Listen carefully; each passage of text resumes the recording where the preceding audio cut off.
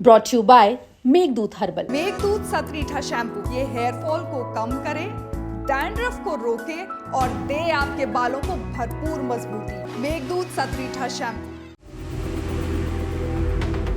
Media में भी निकलवाता रहा, मेरे घर पर भी 2-3 बार अटैक हो लिया, 2-3 बार आदमी आ लिए हैं, उसकी दरखास्त भी लगा ली, मेरे राजीनामे समझौते के लिए कई बार पंचायतें भी होगी, फिर हाई कोर्ट से इसको बेल मिल गई। तो अगर मैं सुप्रीम कोर्ट नहीं जाता तो अब तक सारे बाहर आ लेते। ये है दिवंगत पहलवान सागर धनखड़ के पिता अशोक धनखड़, जो बता रहे हैं कि सुशील कुमार की ओर से उन पर समझौते के लिए दबाव बनाया जा चुका है, उन पर कई बार हमले कराए जा चुके हैं, कई बार पंचायत और खाप पंचायतें घर आकर समझौते का दबाव बना चुकी हैं।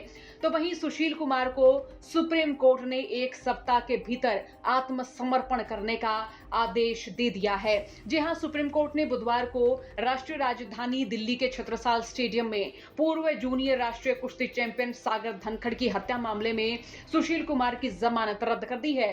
कोर्ट ने सुशील कुमार को 1 हफ्ते के भीतर सरेंडर करने का आदेश दिया है। सुशील कुमार पर सागर धनखड़ की हत्या का मामला दर्ज किया गया था। हालांकि हाई कोर्ट ने सुशील कुमार को जमानत दे दी थी। सुशील कुमार को हाई कोर्ट से मिली जमानत के खिलाफ सागर धनखड़ के पिता अशोक धनखड़ सुप्रीम कोर्ट पहुंचे थे। सुशील कुमार मामले में शिकायतकर्ता की वकील जोशिनी तुली ने कहा, सुशील कुमार जब भी अंतरिम जमानत पर बाहर आया है, उसने घायल गवाहों सहित सभी सरकारी गवाहों से छेड़छाड़ की है, इसलिए वे सभी निचली अदालत के समक्ष अपने बयानों से मुकर गए। मुकदमा अभी भी चल रहा है। निचली अदालत में कई सरकारी गवाहों से पूछताछ होनी बाकी है। तो वहीं जस्टिस संजय करोल और जस्टिस प्रशांत कुमार मिश्रा की बेंच के सामने अशोक धनखड़ के लिए पेश वरिष्ठ वकील सिद्धार्थ मृदुल ने सुशील कुमार की रिहाई से केस के गवाहों को खतरे की दलील दी थी। सुशील कुमार की ओर से पेश वरिष्ठ वकील महेश जेठमलानी ने कहा था कि गवाहों के परीक्षण में निचली अदालत में हो रही देरी सुशील कुमार की गलती नहीं है, उसकी जमानत रद्द ना की जाए। तो वहीं कोर्ट ने सागर धनखड़ के पिता की दलील को स्वीकार करते हुए इस साल 4 मार्च को आया हाईकोर्ट का आदेश निरस्त कर दिया है। हाईकोर्ट में सुशील कुमार ने कहा था कि वो 3.5 साल से ज्यादा समय से जेल में बंद है। तो वहीं जस्टिस संजीव नरूला ने गवाहों के परीक्षण में देरी और मुकदमे की धीमी रफ्तार को आधार बनाकर सुशील कुमार को जमानत दे दी थी। अब आपको सुनाते हैं कि सागर धनखड़ के पिता अशोक धनखड़ ने क्या कुछ कहा है। वही सुप्रीम कोर्ट ने बेल डिसमिस कर दी है, इसकी 1 सप्ताह के अंदर अंदर सरेंडर करने के लिए कह दिया।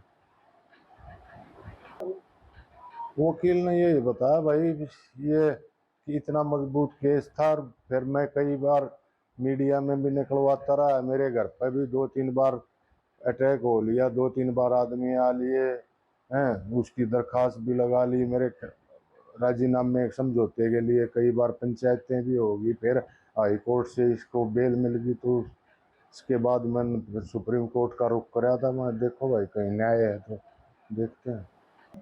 सुप्रीम कोर्ट में यही है कि जी इतना पावरफुल आदमी है, इतना प्रेशर बना रहा है, कभी खाप पंचायतें इकट्ठी कर रहा है, कभी 360 दिल्ली की पंचायतें भेज रहा है गांव में, कभी किसी को भेज रहा है, कहीं रिश्तेदारी का दबाव डलवा रहा है। तो यही है जी, समझौते के लिए बार बार दबाव डलवाया जा रहा है। आज वकील का फोन आया था, बोला भाई 1 सप्ताह के अंदर इसको सरेंडर करने के लिए कह दिया सुप्रीम कोर्ट ने। हाँ, अब तो उम्मीद है जी न्याय मिलेगा। भाई इसमें 8 और सुप्रीम कोर्ट में पेंडिंग है, हाई कोर्ट में पेंडिंग है, जिन्होंने बेल के लिए अप्लाई कर रखा है इसकी जमानत के बाद। अगर मैं सुप्रीम कोर्ट नहीं जाता तो अब तक सारे बाहर आ लेते। हाँ, तो सुप्रीम कोर्ट में जाने के बाद अब सुप्रीम कोर्ट से डिसमिस हुई है, तो उम्मीद है इस केस पर जल्दी सुनवाई होगी और इसका जल्दी डिसीजन होगा। तो वहीं पहलवान सुशील कुमार ने अपने साथियों के साथ मिलकर मई 2021 को रात में छत्रसाल स्टेडियम की पार्किंग में सागर धनखड़ की पिटाई की थी और बाद में सागर धनखड़ की मौत हो गई थी। इसके अलावा 4 और पहलवान भी जख्मी हो गए थे।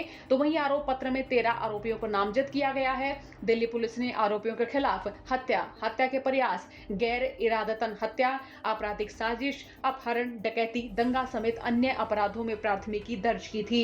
इस मामले से जुड़ा एक सीसीटीवी फुटेज भी सामने आया था, जिसमें सुशील कुमार अपने दोस्तों के साथ कुछ पहलवानों की पिटाई करता नजर आ रहा है। हालांकि अब कोर्ट की ओर से आदेश दिया गया है कि पहलवान सुशील कुमार 1 हफ्ते के भीतर अपना आत्मसमर्पण करे। अब देखना होगा मामले में क्या कुछ निकलकर सामने आता है। ब्यूरो रिपोर्ट हरियाणा तक।